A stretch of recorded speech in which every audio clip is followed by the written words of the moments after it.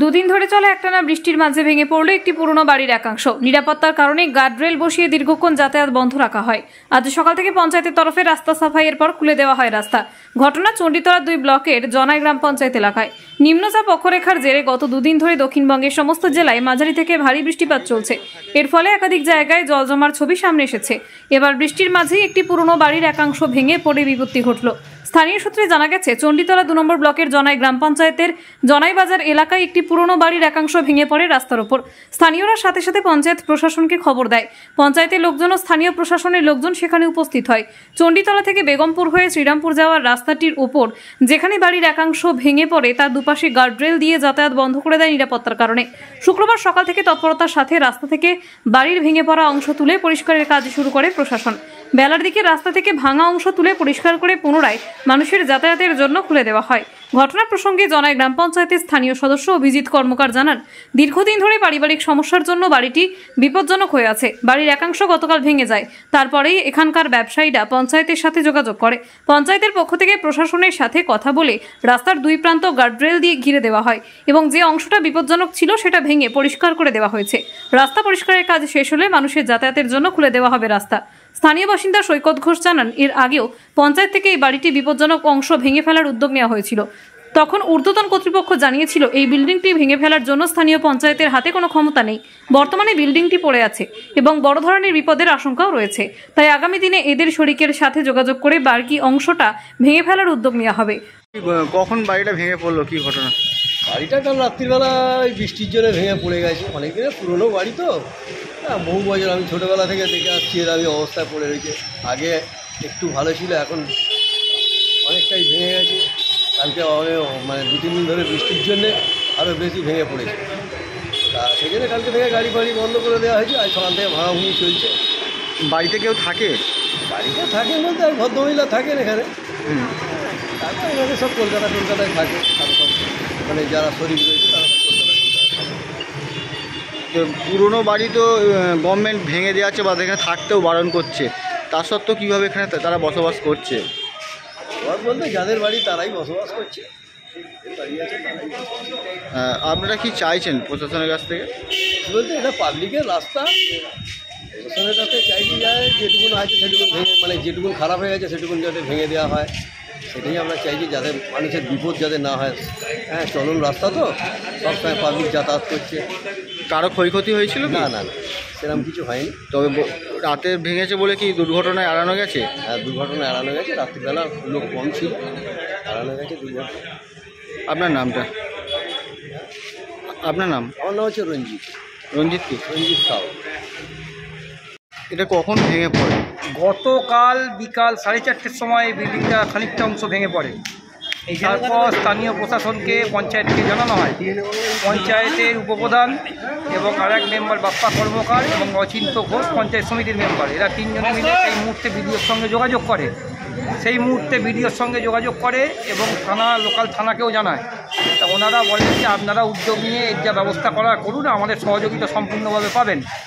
তখন বলা হয় যে গার্ডরেল কিছু পাঠাবার জন্য থানাকে। থানা পরবর্তী সময়তে একটা গাড়ি করে 4-5টা গার্ডরেল পাঠায় এবং তার আগেই বাপ্পা কর্মকার এবং অচিন্ত ঘোষ, যারা 2 জন মেম্বার, তারা অন্য জায়গা থেকে 2টো গার্ডরেল এনে এইখানে আপাতত তখন ব্যারিকেড একটা করে দেওয়া হয়। এবং পরবর্তী সময় আরও গার্ডরেল দিয়ে রাত্রিরে ব্যারিকেড করা ছিল এবং 2টো দোকানের লাইট জ্বালা ছিল যাতে কোনো বড় ধরনের দুর্ঘটনা না ঘটে। আজকে সকাল থেকে উদ্যোগ নিয়ে সমস্ত মেম্বাররা যাতে এটাকে তাড়াতাড়ি দ্রুত ভাঙানো যায়, নাহলে একটা বড় ধরনের বিপদের আশঙ্কা রয়েছে, মানুষের ঘাড়ে ভেঙে পড়বে। তখন স্থানীয় যারা ভাঙচুরের কাজ করে তাদেরকে ডেকে কথা বলে এই অংশটা আপাতত এখন খানিকটা হলেও ভাঙানো হয়েছে, যাতে বিপজ্জনক অবস্থায় আর ঝুলতে না থাকে। এবার পরবর্তী পর্যায়ে প্রশাসন কথা বলে বাকি যা পদক্ষেপ নেওয়ার সেটা নেই। এখনও যে বিল্ডিংটা যে পরিস্থিতিতে দাঁড়িয়ে আছে দেখা যাচ্ছে যে কোনো সময় তো হুড়মুড়িয়ে ভেঙে পড়তে পারে। এবং এই যে একটা রাস্তা, এই রাস্তাটা তো স্টেশন মুখে একটা গুরুত্বপূর্ণ রাস্তা। অবশ্যই গুরুত্বপূর্ণ রাস্তা এবং দেখা যাচ্ছে যে এইটার যে অবস্থা, এদের ওয়ারিসানকেও এখন এই মুহূর্তে খুঁজে পাওয়া যাচ্ছে না। এটা বর্তমান মালিককে, এই পোর্শনটা যিনি থাকেন তিনি একজন বিধবা ভদ্রমহিলা এবং তার কোনো ওয়ারিসান নেই। যে পোর্শনটা ভেঙেছে তাদের কাউকেই খুঁজে পাওয়া যাচ্ছে না বা কোথায় থাকে বর্তমান অবস্থাতে কেউই আমরা জানি না। যোগাযোগ করা চলছে, যদি পরবর্তী সময় যোগাযোগ করা যায় তাদেরকে ডেকে বাকি অংশটা ভেঙে দেওয়ার কাজ সম্পূর্ণভাবে চলবে। এই ভেঙে যাওয়ার বৃষ্টিতে ভাঙার পরেই প্রশাসনের উদ্যোগ দেখা গেল, কিন্তু বারবার তো সরকার বলছে যে পুরনো বাড়ি ভেঙে ফেলতে হবে, তা এটা কি আগে আপনাকে এই ব্যাপারটা মানুষের হয়তো সবটা জানা নেই। স্থানীয় লোকাল পঞ্চায়েতের হাতে ক্ষমতা নেই এই বিল্ডিংটা ভেঙে দেওয়ার মতন। কারণ হচ্ছে বিগত বেশ কিছু বছর আগে আমার মাও এই জনাই গ্রাম পঞ্চায়েতের প্রধান ছিল, তখন থেকেই উদ্যোগ নেওয়া হয়েছিল এটা ভাঙার। কিন্তু সেই মুহূর্তে ডিএম এসডিওর সঙ্গে যোগাযোগ করা এবং তারা জানায় যে পঞ্চায়েতের হাতে কোনো রকমই কোনো ক্ষমতা নেই যে এই বিল্ডিংটা ভেঙে দেওয়া যায়। যদি ভেঙে পড়ে সেক্ষেত্রে প্রশাসন কোনো উদ্যোগ গ্রহণ করতে পারে। সেই মতো অবস্থায় এটা বিল্ডিংটা পড়েই আছে, জানছি, আমরা বুঝতে পারছি যে বড় ধরনের বিপদের আশঙ্কা রয়েছে, কিন্তু তাই জন্যই যে যোগাযোগ করা হচ্ছে যে আগামী দিনে যাতে এখানকার যারা শরিক আছে তাদের সঙ্গে যোগাযোগ করে যদি বাকি বিল্ডিংটা ভাঙানোর কাজ হয়। আপনার নাম আর পরিচয়? আমার নাম সৈকত ঘোষ, বাড়ি জনাই সিন্দাই পাড়া। এরকম একটা বিপজ্জনক বাড়ি এরকম এতদিন ছিল, ভাঙার পরে যেটা দেখা যাচ্ছে প্রশাসনিক উদ্যোগ। ব্যাপারটা হচ্ছে গত বৃহস্পতিবার থেকে অনবরত বৃষ্টির জন্য এই যে পুরনো বাড়িটা ডক্টর কুঞ্জলাল চ্যাটার্জি তার পরিবারের বাড়ি, দীর্ঘদিন এদের পরিবারের সমস্যার জন্য এই বাড়িটি বিপজ্জনক হয়ে আছে।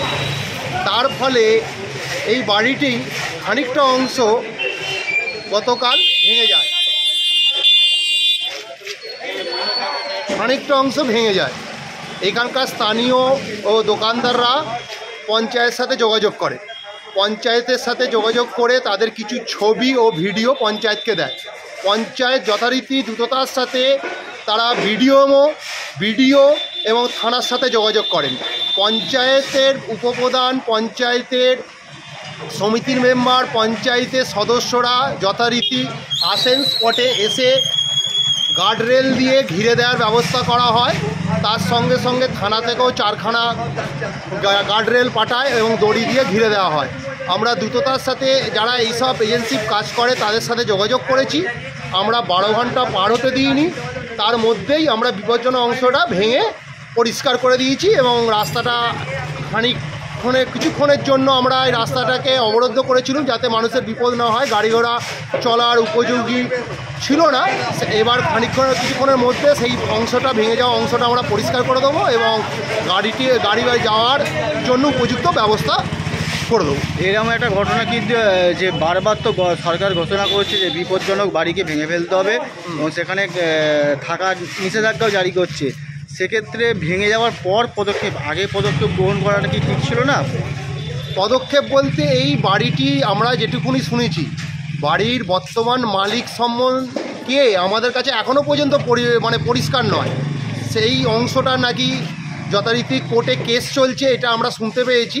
তা সত্ত্বেও আমাদের প্রশাসন পঞ্চায়েত তরফ থেকে পরিবারের সবার সাথে যোগাযোগ করার চেষ্টা করেছি। তখন তারা বলেন যারা এই অংশের মালিক নয় বা যে অংশের যারা কেস করছে তারা আমাদের সাথে যোগাযোগ করে বলে আপনারা এই বিপজ্জনক অংশটা ভেঙে দিন যাতে মানুষের ক্ষতি না হয়। এই সিদ্ধান্তটা আমাদের জানায়। তার ফলে আমাদের উপপ্রধান রজতব রয় এবং আমাদের সদস্যরা সবাই মিলে এই সিদ্ধান্ত গ্রহণ করে আগে এনসিপির মাধ্যমে এই অংশটা আমরা ভেঙে দিই। আপনার নাম পরিচয়? অভিজিৎ কর্মকার, জনাই গ্রাম পঞ্চায়েত সদস্য। ঋতুপর্ণা কোলের রিপোর্ট, বেঙ্গল আনলিমিটেড। রয়েছে আরও খবর, আর এই খবরের আপডেট পেতে আপনারা সাবস্ক্রাইব করুন এই চ্যানেলটিকে।